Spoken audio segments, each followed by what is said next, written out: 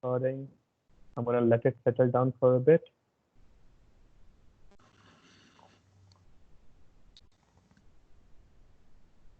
And yeah, we are good. Okay. So with me on my cue, lights, camera, and action. Dear audience, welcome to episode 2 of Thinking Psychologist. If you have reached this far, episode 1 caught your attention. And episode 1, just to recap, what did we talk about? We talked about with Professor Paul how there's a false self inside us, how our ego is dominating us, and what are the tools, tips, and the techniques that we can utilize to get away from that mental prison that we are in. The molestation of our mind, which our false self constantly does to us, is actually limiting our potential. So with that in perspective, and continuing the good feedback that we had received from all of you, uh, today we have a really interesting personality with us. His name is Rob Sutcliff, and he's an expert UI designer from Reading, United Kingdom. He practices theories of graphic design, including color theories and layouts, as well as marketing-based studies like consumer behavior. Rob is expert in designing a lot of new stuff, as well as comes with a very radical thinking that all the decisions that we make in life are mostly based biased towards our emotions, and it's already been done by our subconscious mind. And all the calculations and the radical thinking that we do is mostly flawed and is just a justification. With that, I would like to welcome Rob to the show. Hey, Rob, Hello, thank you for having me. could you give our audience a brief introduction about yourself, please? Yeah, so I studied graphic communications, how to communicate with symbols, I suppose, and which is quite emotional, a lot to do with branding and that sort of thing. And I studied that about 20 years ago. And Okay. then I worked as a graphic designer for a while, and over time I started moving more into like digital product design, designing apps, and of course building apps as well. So I've always had an interest in design. Obviously, that was my sort of first really real sort of career, my first kind of area of study. And I was very interested in psychology right from when I was a student. I was reading a lot of books about behavioral psychology. And I think design and psychology are very closely related. To design a product for someone, even if it is just the visuals of how it looks, you need to really understand people and how they work. And really, behavioral psychology is what tells us about that. And I also think that one of the things that really brings them together and makes them quite similar as well is that they were both design and psychology originally in Europe. Psychology obviously originated in Austria and Germany, and design originated in Scandinavia and Holland. Both of these disciplines in Europe were forms of philosophy, whereas in North America they've sort of become forms of science. Like they're thought of as very logical. And of course, you're if you're testing a human, you're trying to do an experiment to test a human, there is a human involved. So you're never going to get a scientific result because there's always some kind of influence where your result's going to be a little bit affected. And if you're designing for a human, then you're not designing for a rational person. You're designing for this very emotional person who's not going to do what you rationally think they will do. So I think there's a very strong similarity between these two disciplines, and it'd be good for people to at least consider that they might be forms of philosophy and not forms of science. And any Yeah. time, I love reading all these different psychology experiments, and one thing I particularly like is when you read the experiment where they tried it again and got completely different results. Because Yeah. just asking the questions in a different way, or just someone dressed different talking to them, just has such a massive effect on people. Right. Rob, you have worked, in various parts of the globe as well in various numerous organizations. What has been your experience working with are the different cultures, affecting the way the people are taking decision in various organizations? Yeah, so I've done like freelance design work. I've done consulting. I've done working in big companies and small companies. I've changed to lots of different places. I've done managing, and actually a while ago I was a teacher as well. I taught English in South Korea, and I think in a way I think that's like a psychology degree, because you learn so much about people from having them in a classroom where you can sort of control things to try and improve the classroom. You very quickly learn as a teacher that maybe the idea of an introvert and an extrovert, for example, might not be entirely true, because they seem to change just because they're sitting in a different seat, for example. And I've noticed similar things with working with office workers, with working with a team, with how a manager works. In fact, one of the first things I noticed when I stopped teaching and went back to office work is that you're sort of always working with children, just some of them are a bit bigger. They're all, and you very quickly realize that the adults with a suit in the office is pretty much as emotional and irrational as those students. So actually, being a designer in a big company or in a small company, it's not just about the psychology of trying to understand how your customers are thinking. It's also about the team and how you interact with them, and how decisions are made as a group. Right. Perfect. Now, thanks for that, overview and your understanding. We will now try to drill deeper into today's topic of, what we want to discuss today is about rational decision making is flawed. And the decision that we make is already taken by our subconscious mind, and we're just giving justifications to, why did we take just such a decision. To give you my personal example, when I was purchasing my house, this particular flat, which was in my proximity, I liked it really, really, too much. And my wife wasn't really, she said that, oh, we're going to look for more, explore more. But subconsciously, I just wanted to buy this house, and then, I, got her interested, and we bought this house. And now I explain that why this house is the best. Although, you see around there are numerous houses which have much, much better features and facilities and amenities. But this somehow says that although you compare a lot of different traits, but still our rational thinking somehow falls short to the emotional thinking, right? What are your thoughts on that? And in your experiences, certain psychology things that you've been doing across the globe, how do you reflect on that? Well, first of all, I'm curious, like, how irrational your house is. Do you have a water slide, or why was that your go-to example? That's interesting. Well, especially in these crowded cities, you don't get a backyard area.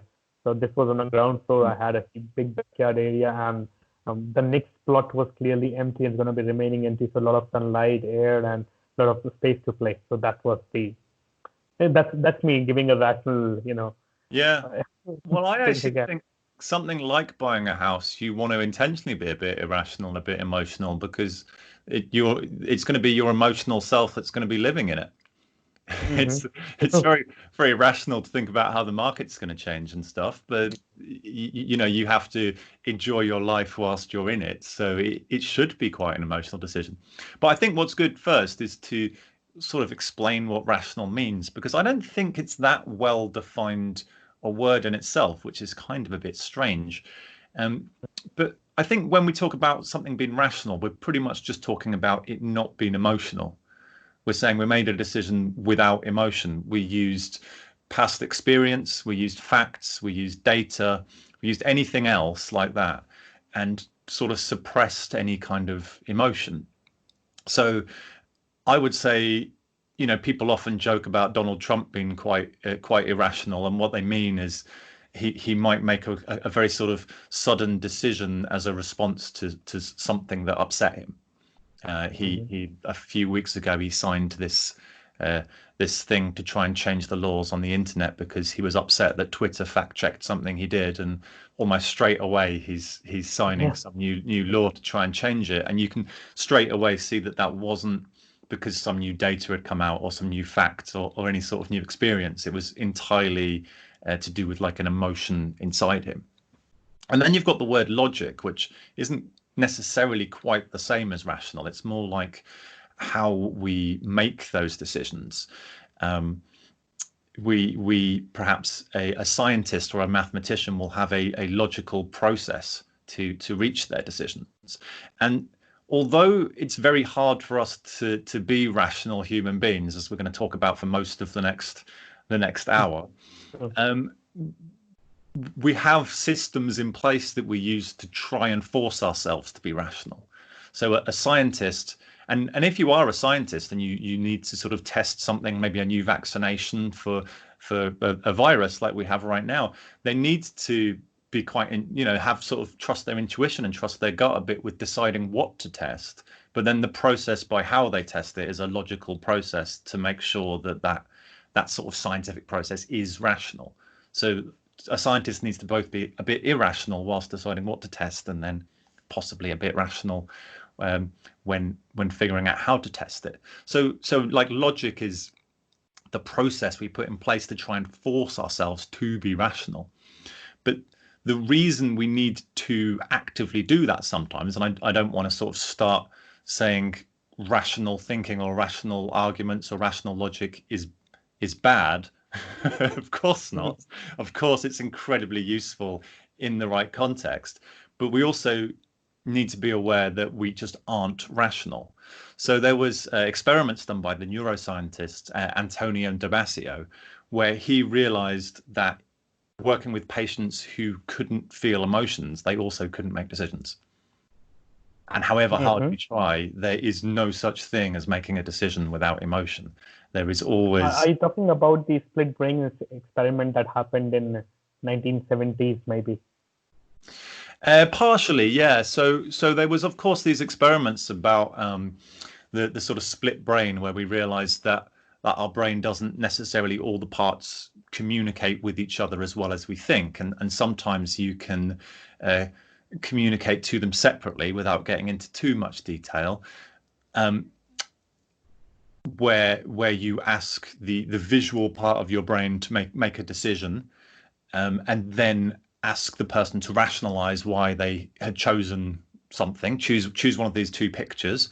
Ask their rational part of their brain. I'm not making any sense here. One that I really enjoyed was they had a study where they were showing men pictures of two women and asking which one of the two they would like to date. And they would show them a big list and say, from these two, who would you like to date?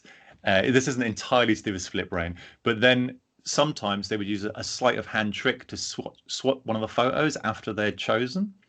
And so that they would then be presented with the picture of the one they had chosen and asked to explain why they chose that person. And they'd be like, well, they look really friendly or something like that. But because they'd switched the picture out, the person's brain would just try and rationalize the decision, which they hadn't really made. So you mean to say that our brain makes up those stories in our head of why did we choose something? Yeah, so essentially there's the theory is that we kind of post-rationalize. We'll make a decision based on emotions, and then we'll figure out an explanation afterwards. So our rational thought, our rationale for why we chose our house, for example, we can come up with all kinds of reasons.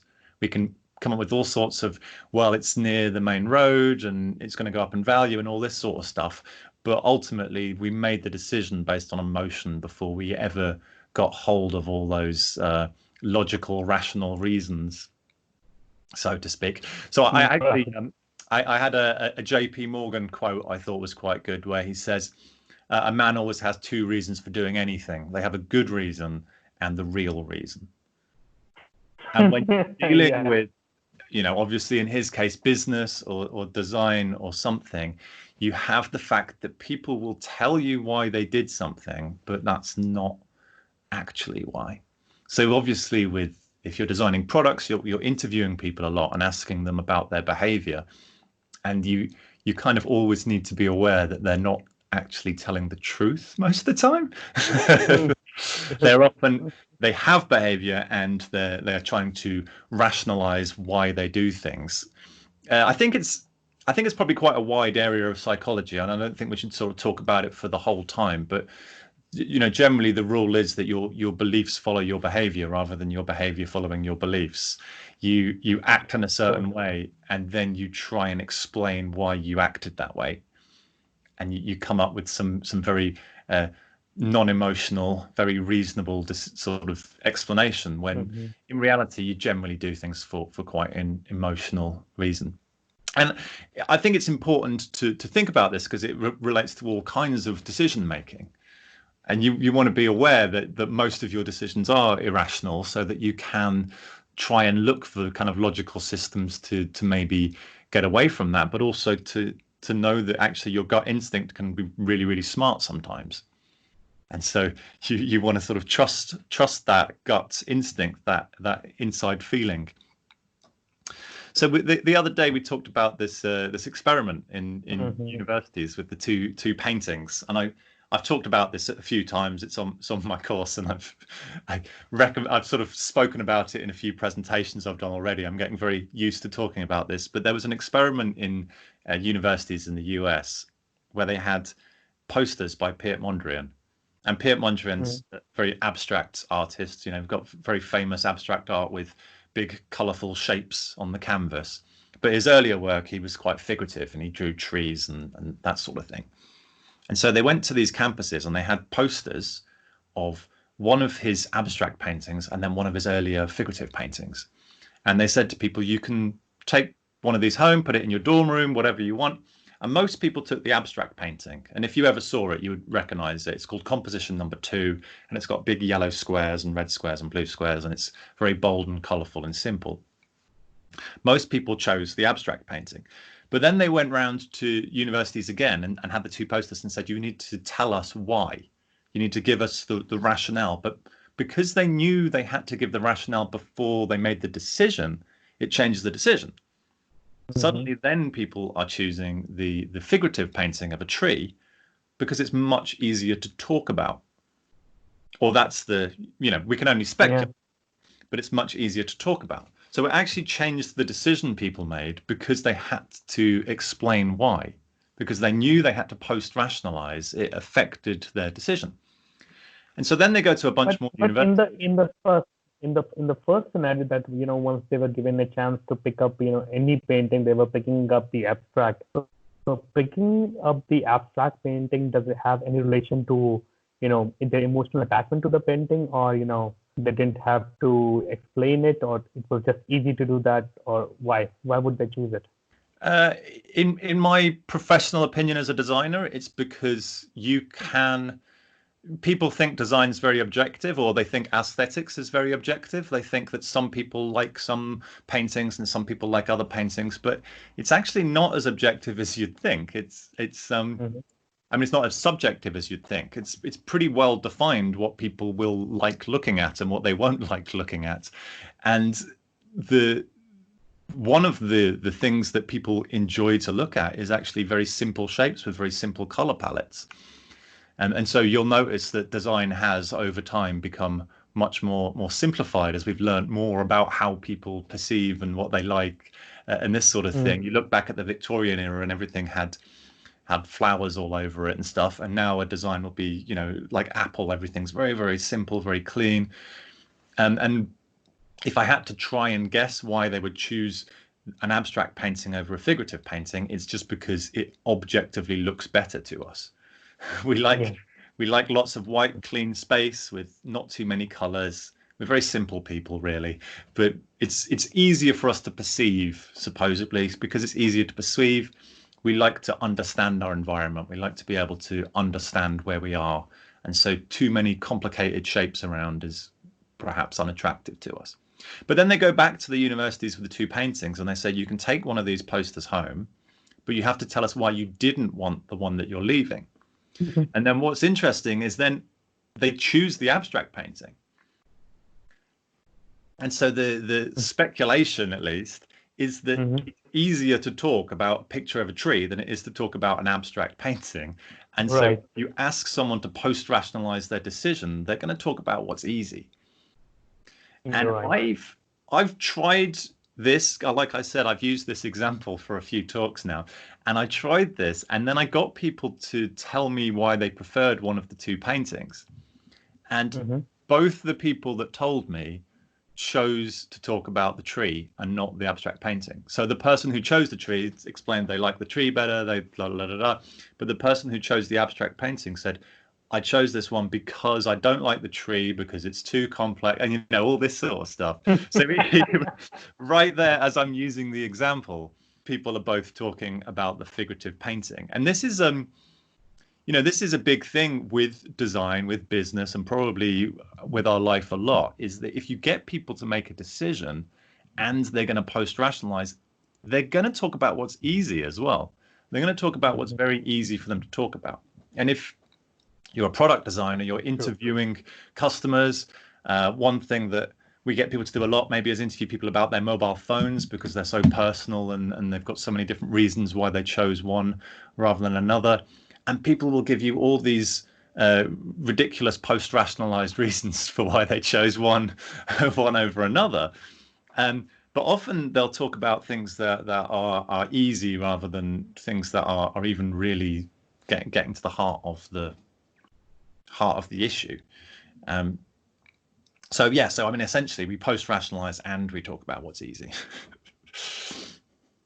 Right. Thinking about, talking about, we generally try to talk about, things that are easy to speak. Coming from episode 1, Professor Paul Klein also spoke about the same thing. We want to get closer to the pleasure and move away from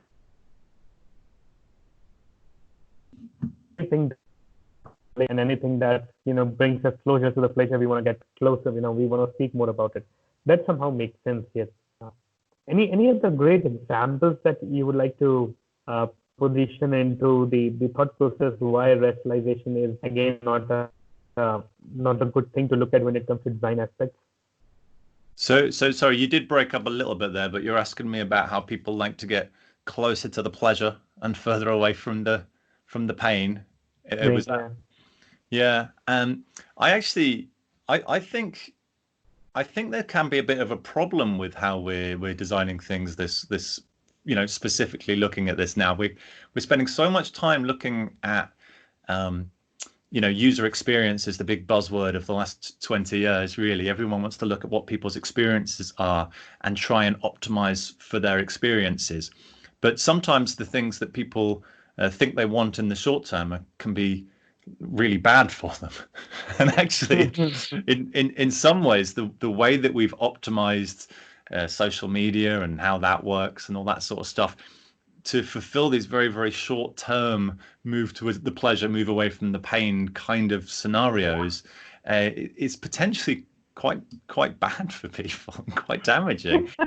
And I think it's interesting because we're getting into a situation where designers have got to really think about, corporations as a whole really need to think about exactly how much they want to take that on board. You can, if you were designing a restaurant, you can just design it with the most unhealthy menu possible, and you're definitely going to make lots of sales because people love coming in and eating that stuff. Is that the best way to do business? And of course, if you're making decisions for yourself and thinking about what you want for lunch, you've got to really be aware of that too. I was watching, I don't know if you know, I think his name's Martin Spurlock. He made that documentary years ago called Super Size Me. No, I haven't heard of it. It's a documentary where he eats nothing but McDonald's for 30 days. He's a very healthy guy, but he decides to see how it will affect his body. And then he just released like the second part of the documentary recently where he opens his own chicken restaurant in the US. And he's speaking to all these people about marketing and health and stuff. And they're saying, oh, actually, the way people think about healthy eating's changed. All these marketing companies are saying the way people think about it has really changed. Now people want something, and they were pretty much saying they want something where it's really unhealthy, but there's maybe just one thing, and they just put a slice of avocado in the burger or something. People can justify it. And I think that's, in a way, that's exactly what JP Morgan was saying about there's two reasons you do things, the logical reason and the real reason. You want to buy the healthy burger, but really you want to be eating a really unhealthy burger. You just want that justification to your rational mind by having that slice of avocado in there and saying it's healthy. Great. This, this kind of a thinking process about the emotional thinking versus the rational thinking, it's been coming out from ages, right? Benjamin Franklin was sort of the a big propagator of this thing on a similar lines I had heard.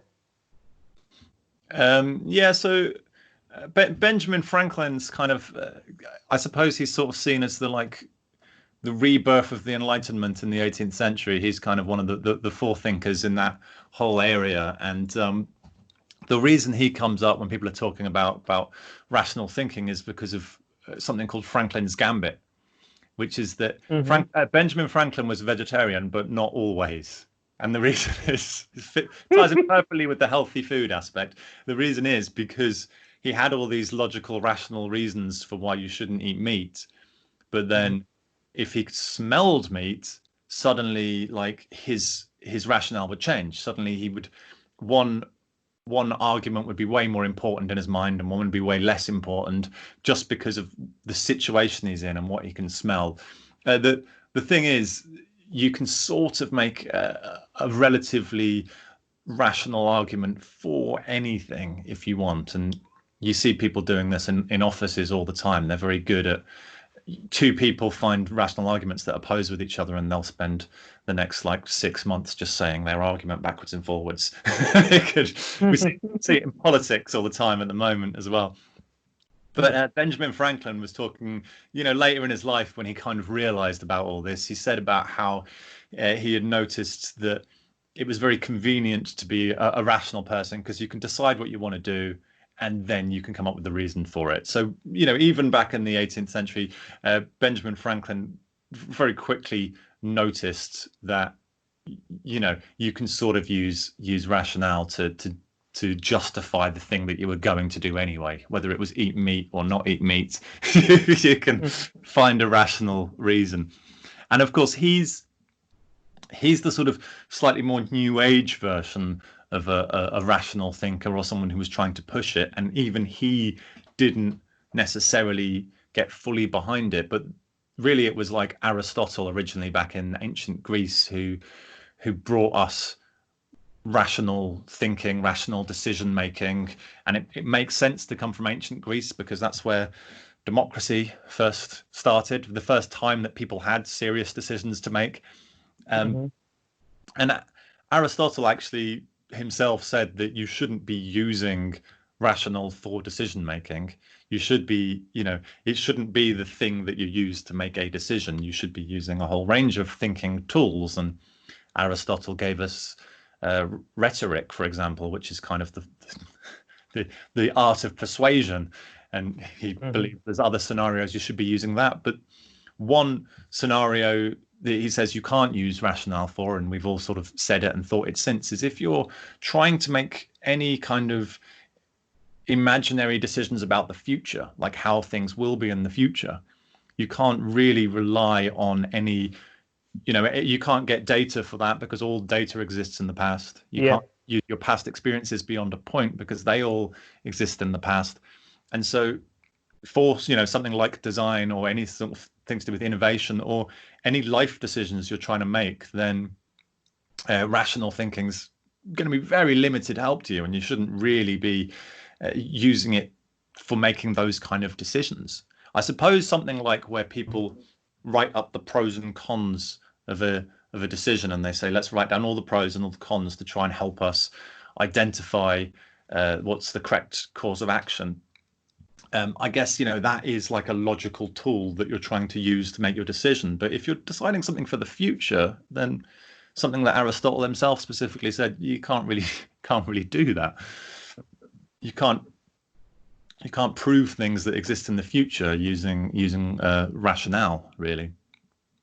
And I actually think I think politics is a really interesting one. I know it's super boring, so I won't get into it either. But one reason I think it's interesting is just thinking about that example of someone going in a burger shop and getting the burger with a slice of avocado so they can justify both sides. Is that everyone has these very rational arguments for voting, but when it comes to the actual bit where you go into a voting booth and put your cross on, no one knows. It's sort of secret. So there's no advantage in being rational at that point. So there was, twice recently, because in the UK we voted to leave the EU, and yet all the polls said we were going to stay. And then in the US, shortly after, everyone thought Trump was going to lose the election, but then he won. Right. And in both those cases, they were sort of the emotional option. So it kind of makes me wonder how many people had very rational sounding arguments to vote one way, but once they get in the booth, they can cross whatever they want. So it's an interesting one, because it's one of the few scenarios where you don't have to worry about being logical, because there's a very real possibility that we might be logical just so we don't look stupid in front of other people. There's a book that came out last year by Rory Sutherland. He works for an agency in London called Ogilvy, and he brought out this book called Alchemy last year, and I think it's absolutely brilliant. Every sort of bit of it, I really recommend it. Really good for exactly this sort of thing.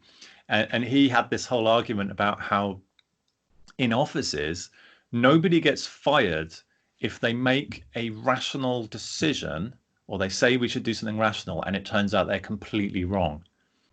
Because then they can be like, well, it was, everyone will be like, oh, that was unlucky. They had a rational decision and it turned out to be wrong. Well, but how unlucky of them, like if they'll base it on data and stuff, and it doesn't matter. And I've seen this in all sorts of companies. It doesn't matter if the data makes no sense at all, but if you base a decision on the data, then you're being rational, so it's fine. even if the data's wrong and your interpretation of the data's wrong, you're being rational, so it's fine. But then there's no advantage in an office in being irrational, because if you come up with an irrational decision, or you make a rational suggestion and it turns out to be right, then you were just lucky. Yeah. So everyone just sort of goes, you have to base your decision on something, right? Sorry? The decision needs that for in a corporate world, the decision needs to be made on something. For that, the management to have a confidence, they need to see the data, and that is where the rational decision making comes into the picture. And at least you have to hit the arrow somewhere, at least where the data they think there is. And we famously work on an example, where it's about you are standing in front of a big wall and you're given 5 stones, and you have with 5 stones you have to figure out is there water on the other end or not? How are you gonna do that? So then different people will come with different ideas. I'm gonna use a sort of catapult and calibrate with an angle, saying that I do not throw the one stone at one point and the other point. And a lot of rational thinkings and the algorithms come into picture when the decision making is being done. It's very, very similar to your point. Coming back to the alchemy, you were stating something there.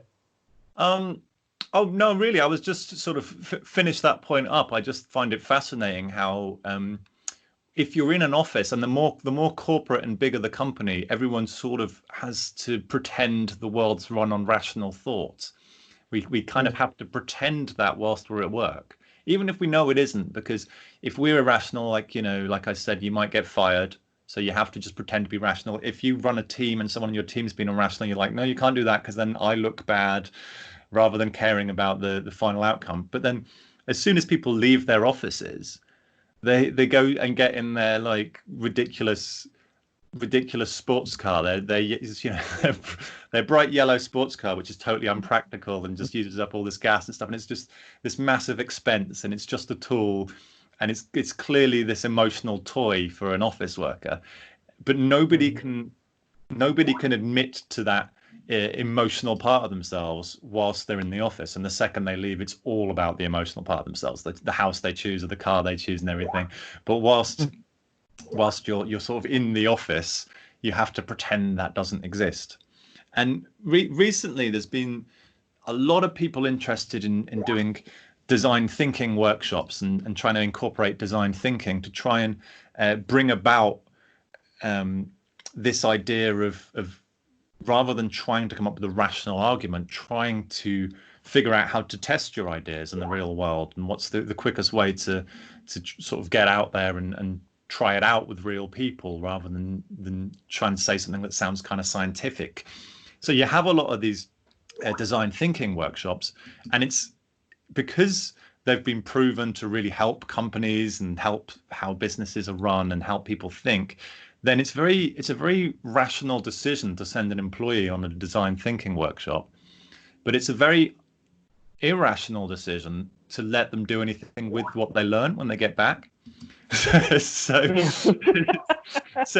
you have this thing where someone will go on like a week-long design thinking workshop, and they'll do all these crazy exercises and stick post-it notes everywhere, and then they'll get back to their office, and they're not really allowed to use what they learned because their manager's not going to let them. They're going to look bad. They might get fired if they do something irrational, you know.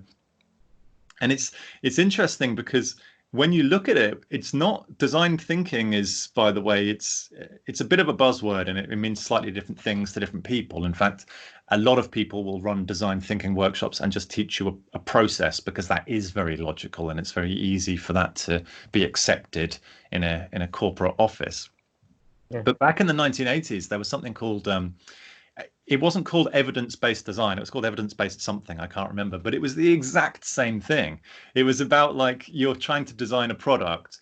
You need to go out and run some like real world tests to sort of observe how people work and all this sort of stuff. And people would go send staff on evidence-based design workshops, and they would spend loads of money, and they would all go out to these things, and then no one would do anything with what they learned because it doesn't make sense in a corporate office to be doing things slightly sort of irrational. And then before that, it was originally the whole concept sort of came from, like I said, Scandinavia was really one of the places where design really originates, the whole concept of having a design process or thinking like a designer. And it was called Scandinavian cooperative design. And then in the US, they called it participatory design because cooperative sounds a bit sort of communist. You know, they didn't really like that in America.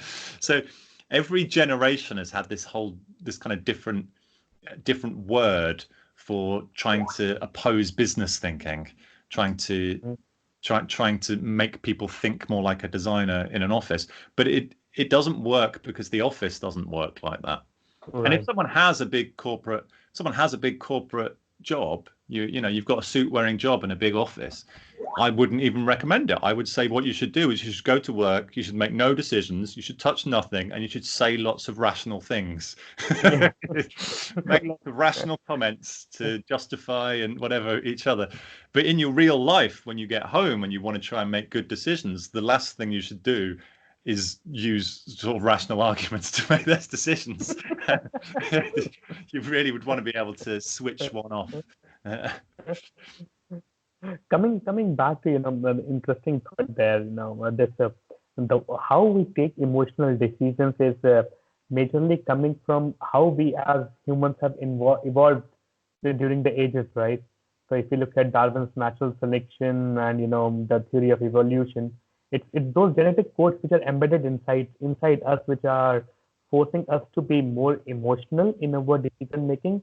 But as the society has grown and people have seen that rational decision making is a better way to conform to the society, that's where these two parallel thoughts are conflicting, isn't it?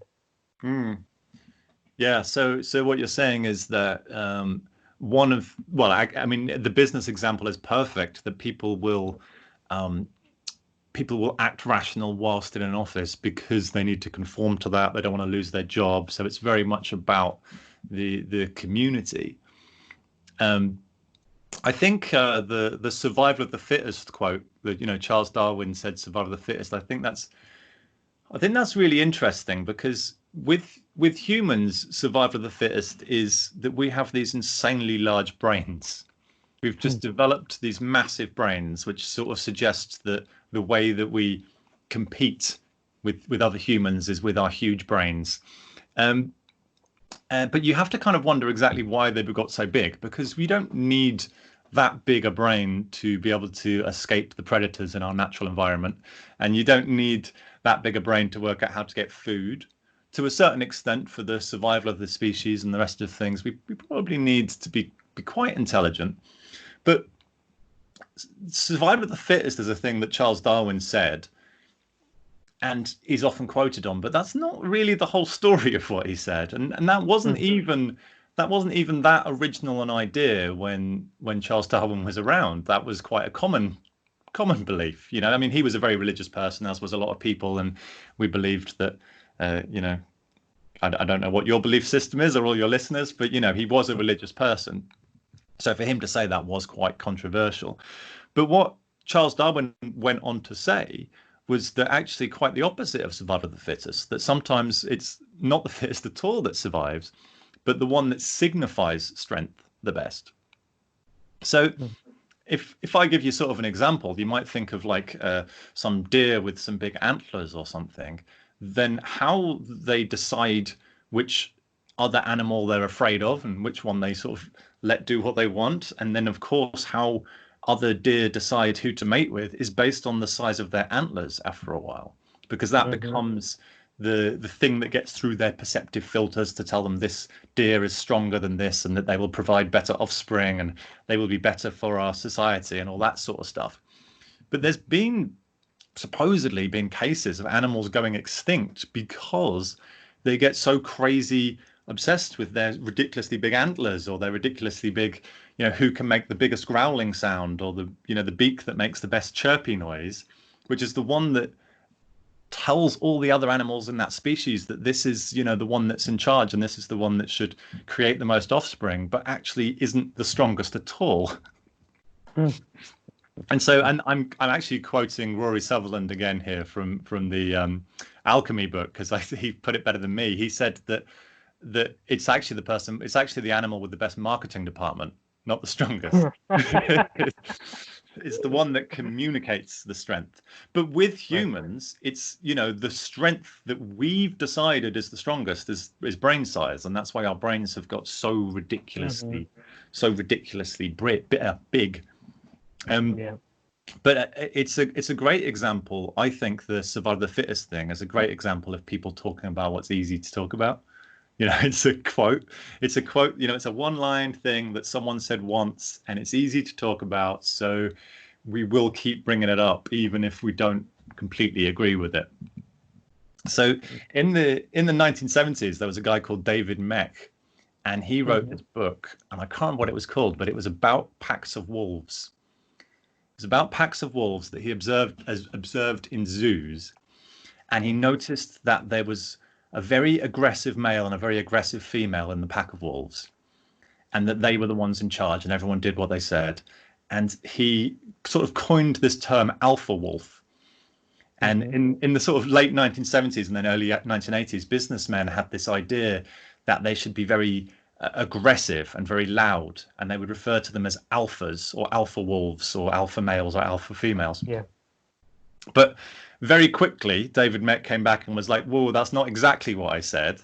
And then much later, he realized that he was completely wrong. Like, he was observing animals in zoos, and in the natural environment, animals, wolves don't actually stay in a pack, they stay in a family. And what he saw and thought was the alpha wolf male and alpha wolf female in the pack was just the mum and dad. They were just being aggressive with their cubs. The ironic thing is that we destroyed a complete generation. But if you were in an office, especially in America in the 1980s, you might very well have a boss who was acting very aggressively because they'd read this one book that had been proved wrong almost instantly. And the term's sort of still around. It's kind of weird. The stupid thing is with humans, it's completely different. Humans, if you're quite loud and aggressive, you generally won't get very far in life, because people will, you know, the community will not like you. They'll like someone who's rational, like you just said. It doesn't even make that much sense, but that's what we consider to be a positive attribute for someone who we have in our group and we promote and have high up in our hierarchies, and not someone who's like loud and aggressive. In fact, humans, like different primates, do have a hierarchy. Monkeys, bonobo monkeys, you know, stuff like that. They have a male that's in charge. Typically, they'll have an alpha male, But even then, that's not someone that's more aggressive. It's actually the monkey that shows the highest level of empathy. So it's again just completely wrong. In different primate species, generally the females have more empathy than the males. Go figure. They'll go around and help all the other monkeys out more. And then there'll be one male monkey who has like an incredible amount of empathy. And that's the one that they all protect and they all listen to. And that's the one who sort of dictates what the pack does. And it's not even that. I mean, if I was a monkey, it sounds like a bad job because they also have the highest stress levels because they've got to make all these decisions and everyone's reliant upon them. So they've got higher levels of cortisol in their blood. That's, we've acknowledged that about alpha monkeys. But the reason it's really interesting is because humans don't have that concept. If you look at a small tribe in the Amazon or something, there's no like alpha human male in a human tribe. There's normally a group of elders who sit together and democratically decide if they're going to make the village or like what's going to happen. And it's very likely that that's because as soon as we learn how to tie a sharp rock to the end of a stick, it didn't really matter how physically strong someone was. It mattered how many friends they had. and how long of a stick did he sell? So very quickly we learn how to be friendly to each other, and I don't know, like conform to the group. I suppose. I think even in a bizarre sort of way, I think even the days of kings and queens and emperors, it was still quite democratic because if one king wanted to overthrow another king, it was all based on how many friends they had and how sharp their sticks were. Nothing to do with who was the physical strongest or the loudest or any of that sort of stuff. So to conform to the packs, hugely important. But this is a really interesting thing. And I was just reading about this recently. There's a book called Elephant in the Brain by Kevin Simler and Robin Hanson. And I've just finished reading it like pretty much a week ago. Absolutely brilliant. And it builds on that idea of the split brain. It talks about, okay, we've got this split brain and parts of your brain don't necessarily communicate with each other as well as we thought they did. We might potentially have different personalities in our brain at the same time that want to potentially do different things. But they kind of built on it. And this is a bit philosophical, but this is something that quite a lot of psychologists now believe, which is that maybe the reason that parts of our brain don't all communicate with each other is for these kind of democratic, how we fit into a group kind of reasons. Bear with me a second. That some people refer to our conscious mind or part of our brain. We're not entirely sure how it works, but some people refer to it as the press secretary. And the idea is that if you're a politician, it's good to have a press secretary that doesn't know what's going on because they're better at lying. If you're a politician and your press secretary has not been told the answer to, they have to go out in front of the press and answer 5 questions about why did they decide this and this and this today, and there could be perfectly good reasons for all of those things, but there might be a good reason that they need to lie to the press on behalf of the politician. And I'm not saying this is a good thing in any way, but they might need to do that. And if they don't know what the rationale behind any of those things is, then there's no difference between the thing they're lying about and the thing they're telling the truth about, because they're lying about all of them because they weren't kept informed. Right. So the theory is, and this is probably a theory which will never be taught, never be proven, but I think it's fascinating to at least think about, is that maybe your conscious mind doesn't understand why you make decisions and has to make up these very clever sounding rational reasons to keep the people around you happy, because then it can lie better. And if you think about the ways that different animals, survival of the fittest, we talked about, you think about the ways that they compete in different ways. Maybe the ways that humans compete is by trying to outsmart each other with our lies. And from a design point of view or a psychology point of view, that makes our lives much harder, right? Because you need to be able to figure out people are lying continuously. You need to find, for example, evidence of their behavior. You don't, no psychology experiment is sitting people down and asking what they would do in a situation. You need to see them in the situation, because the rationale they give you will not be true. And anyway, so the theory of some people is that the reason that we are so prolific at lying is because our conscious mind is never told the real reasons why we do things. You just made all the companies who do the focus group research and everything, redundant. No matter what you do, they're lies.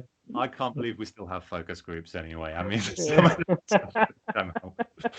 my favorite one I heard recently was that Red Bull, when they had their focus groups, everyone said it tasted horrible and they wouldn't drink it.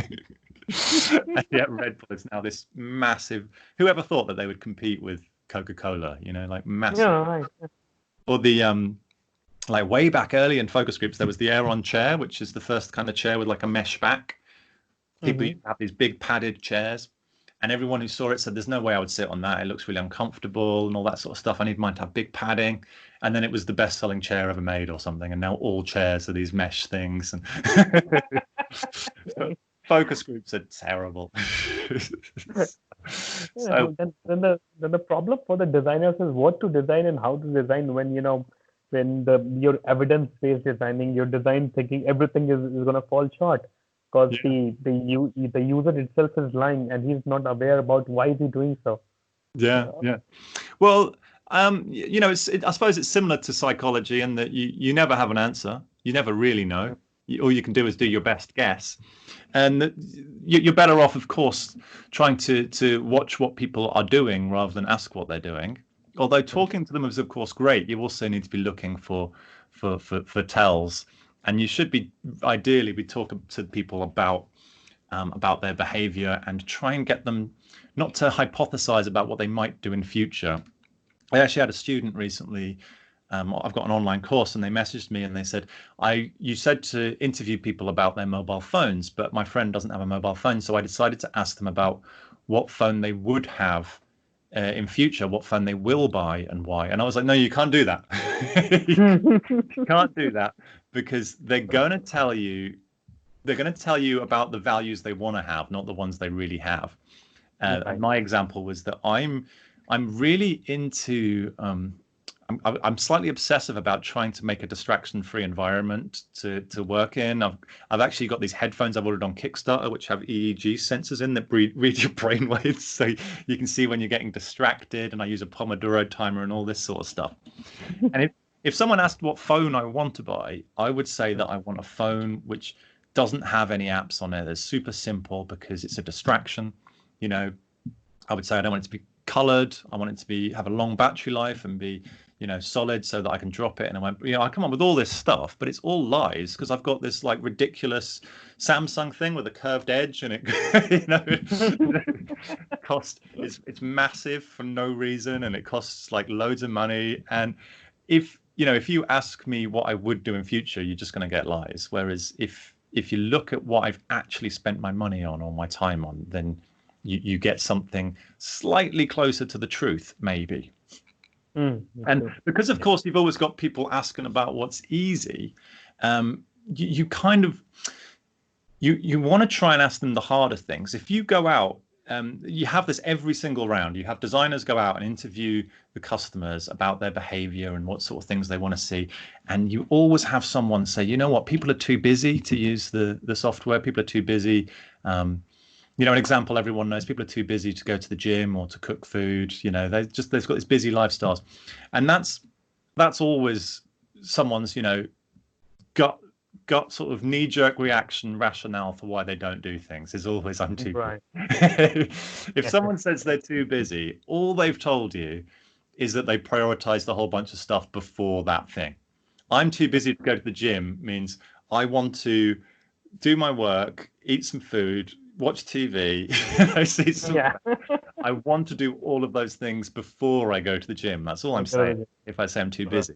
So one thing is to sort of ask more deeper pressing questions, but the other is to ask questions about people's behavior, specifically about where they spend money and time, where those things go.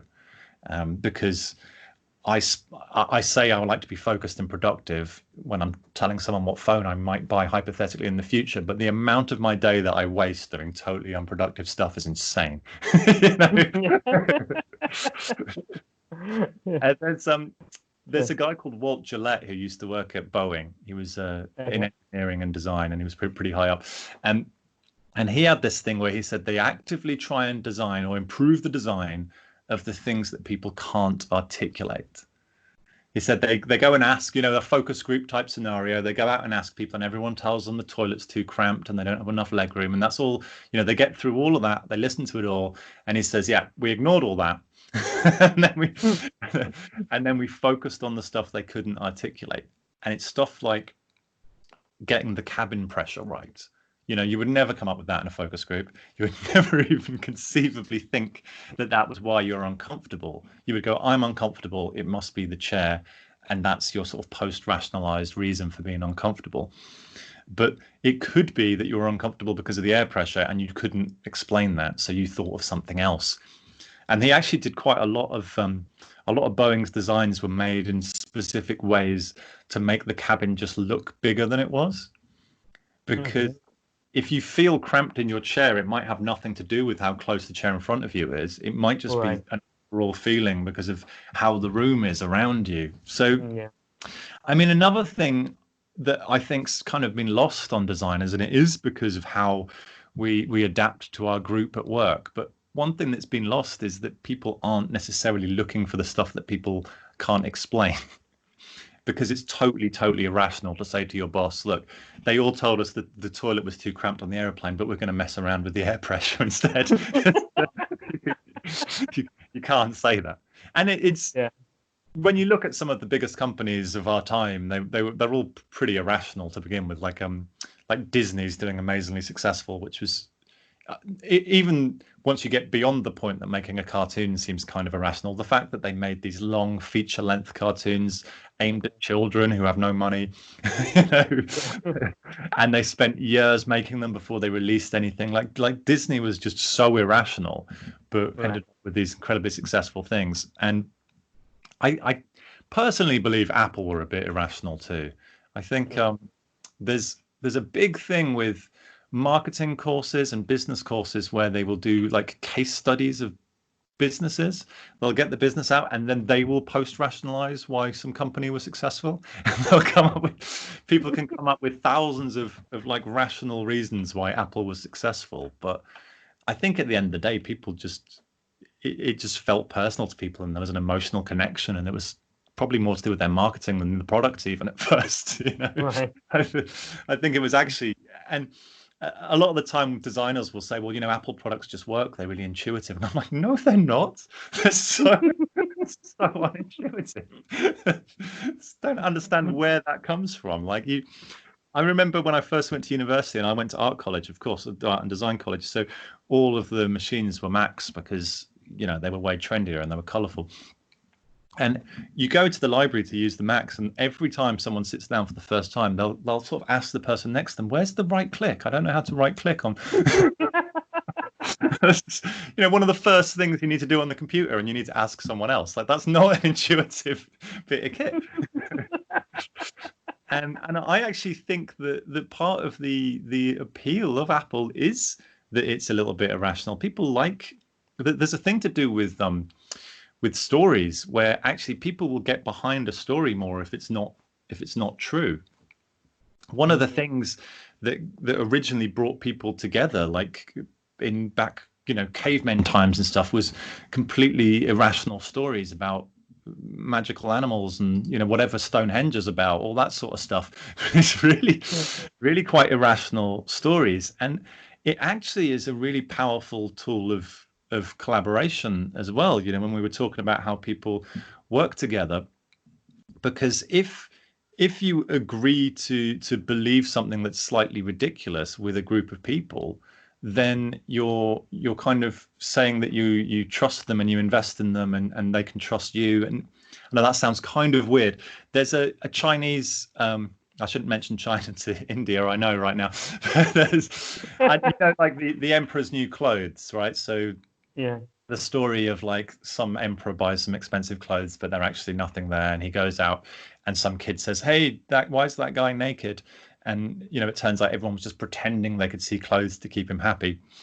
There's a Chinese version of that, which is a little bit different, which is that someone buys the emperor a camel, and he says, "Wow, what a magnificent horse." And then everyone goes, "Yes, yes, it's a magnificent horse." And the people who call them out and say, "No, no, it's a camel," get sentenced to death.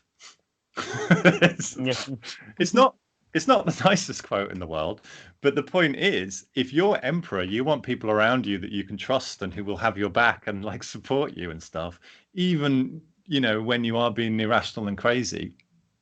And people might form stronger bonds with people who are willing to share the same lies and same sort of fantasies as them, which I think is why groups of people who like sci-fi, for example, can be really close-knit groups, because they're willing to sort of accept this, that sci-fi is really, really important together. And anyway, so yeah, part of my point was that I think it's kind of part of the power of Mac, is that part of the power of brands like that is because it's quite an irrational decision. I mean, I remember buying my first one, and it was so much more expensive than a PC, and so I had to tell everyone it was better, because I'm not admitting that I spent all that extra money and it's the same. Same with me. That's a fantastic point to put, and this conversation gets me thinking that most of the decisions that I have made in my life have mostly been, very, very irrational, and there might be emotional things behind it or whatever. But and then, like my MacBook Pro, and to justify it, I can go lengths and lengths and lengths and talk about it.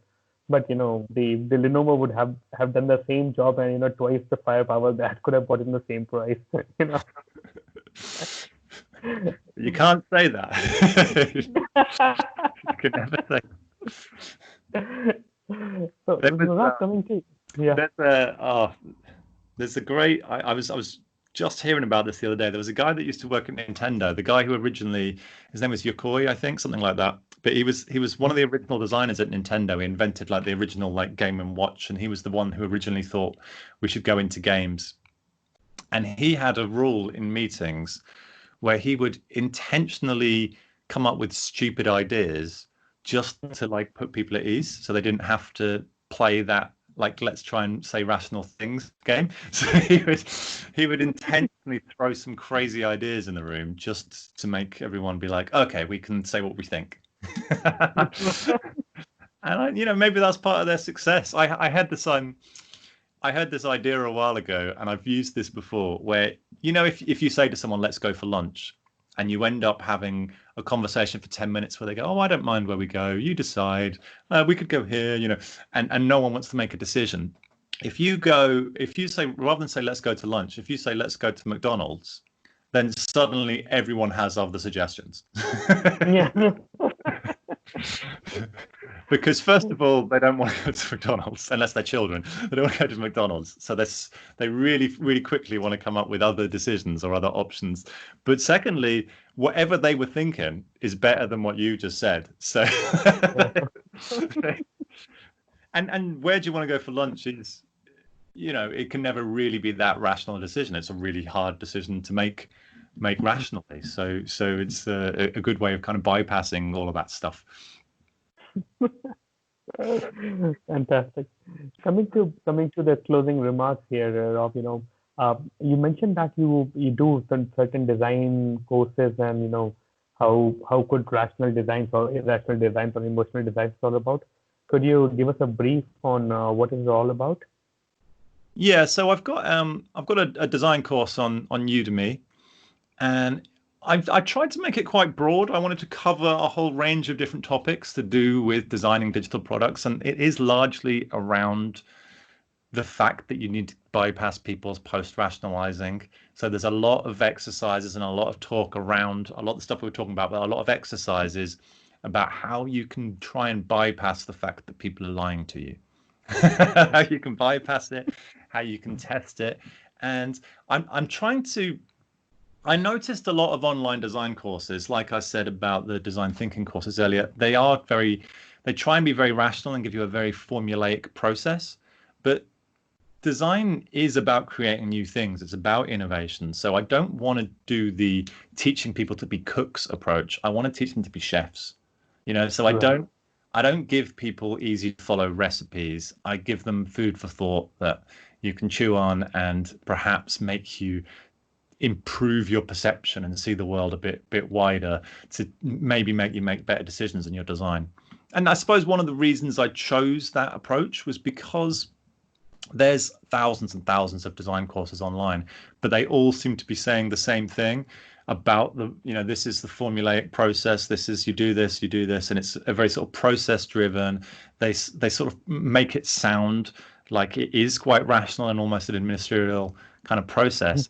And I kind of figured most people who are taking online courses are taking 2 or 3 anyway. So I'm going to really focus on trying to fill the gaps that other design courses I've seen were just really missing. And I think some of the stuff we were just talking about is exactly that. The fact that essentially you're trying to figure out where someone's lying to you, trying to get around it. You're trying to design not necessarily for the things people can articulate easily, and trying to identify those things, and essentially trying to just improve your perception and see the world from a range of different views. And I've got a few online courses. I had that one out for about 6 months now, and I've had some really, really great feedback already. So it's doing, in all honesty, it's doing way better than I thought it would. I thought people were going to kind of hate it because I'm not always agreeing with the consensus from the community. So I thought I was going to be hated, but it's gone down really, really well. So, I'm really happy. Super.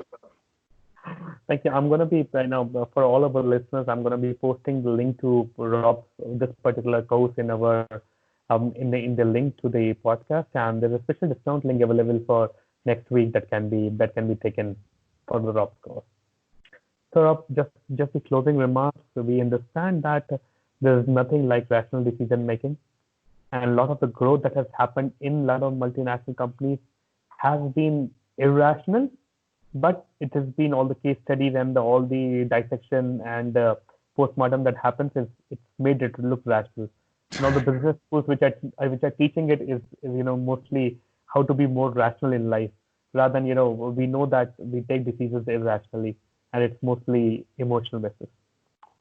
With that, I'd like to thank you again, Rob, to be coming onto the show, and hopefully we will touch base with you come for another podcast when some other thinking psychologist topic comes in and which is able to add value to our listeners. Yeah, that'd be brilliant. Well, thank you very much for having me. Thanks, Sajid. It was all our pleasure. Thanks, Rob. Brilliant. Thank you very much. Bye. And I'm just